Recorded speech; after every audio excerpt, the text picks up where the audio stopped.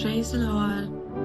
మనం ఎందులో అయినా ఫెయిల్ అయినప్పుడు బాధపడతామో లేదో మనకు తెలియదు, కానీ క్రైస్తవ విశ్వాసులుగా, దేవుని ప్రేమించే బిడ్డలుగా మనం ఒక విషయంలో ఖచ్చితంగా బాధపడుతూ ఉంటాం.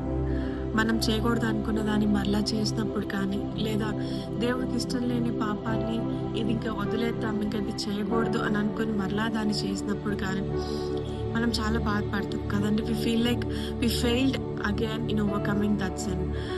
మనకి ఎన్నో క్వశ్చన్స్, ఎన్నో డౌట్స్. అసలు నిజంగా మనం ప్రేమిస్తున్నామా దేవుణ్ణి? అసలు నిజంగా మన ఒక రిపెంటెన్స్ నిజమైందేనా? నిజంగా మనం రక్షింపబడ్డామా? నిజంగా మనము దేవుడి విశ్వాసంలోనే ఉన్నామా లేదా అనేవి చాలా క్వశ్చన్స్ అండ్ డౌట్స్ మనలో ఉంటాయి. అదే సమయంలో అపవాది కూడా మన యొక్క ఆలోచనల్లో మరి మనం స్పేస్ ఇచ్చినప్పుడు, అలాగ ఆలోచిస్తున్నప్పుడు వాడు కూడా దూరిపోయి వాడు కూడా చాలా రకమైనటువంటి డౌట్స్ మనలో పెడతారు. ఇంకా you are not worthy enough to be called God's child. అసలు దేవుడికి నువ్వు ఇష్టం లేదు, ఇంకా దేవుడు నువ్వు క్షమించడు, ఇంకా అయిపోయింది, ఇన్నిసార్లు క్షమించమని అడిగావు, ఇన్నిసార్లు చేసావు, మళ్ళీ క్షమించమని అడుగుతావు, మళ్ళీ నువ్వు చేస్తావు అని ముందుగానే ఇలాంటి థాట్స్ అయినప్పుడు అది మన హృదయాల్లో పెడతా ఉంటాడండి. చిన్నపిల్లవాడు కొత్తగా నడక ప్రారంభించినప్పుడు మరి నడుస్తాడు, మరి ఆగిపోతాడు, పడిపోతాడు, ఏడుస్తాడు, మరలా తిరిగి లేస్తాడు, మరలా నడుస్తాడు. అలాగే మరి యేసుక్రీస్తు ప్రభువు కూడా మనల్ని చూసినప్పుడు అలానే చూస్తాడండి.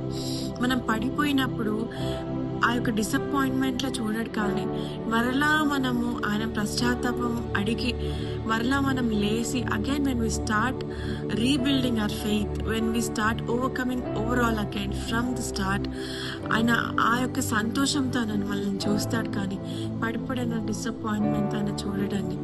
మరి వాక్యం సెలవిస్తుంది, submit your selfs to God, resist the devil and it will flee from you అని. నిజంగా అపవాదిని మనం ఎదిరిస్తే వాడు మన నుంచి తొలగిపోతాడు. కానీ గిల్ట్ ఫీలింగ్ అనేది అపవాది మన జీవితంలో పెట్టినప్పుడు అది మనది కాదు, మనకు కాదు. And when we strongly believe these are not for us, then really we can overcome the sin.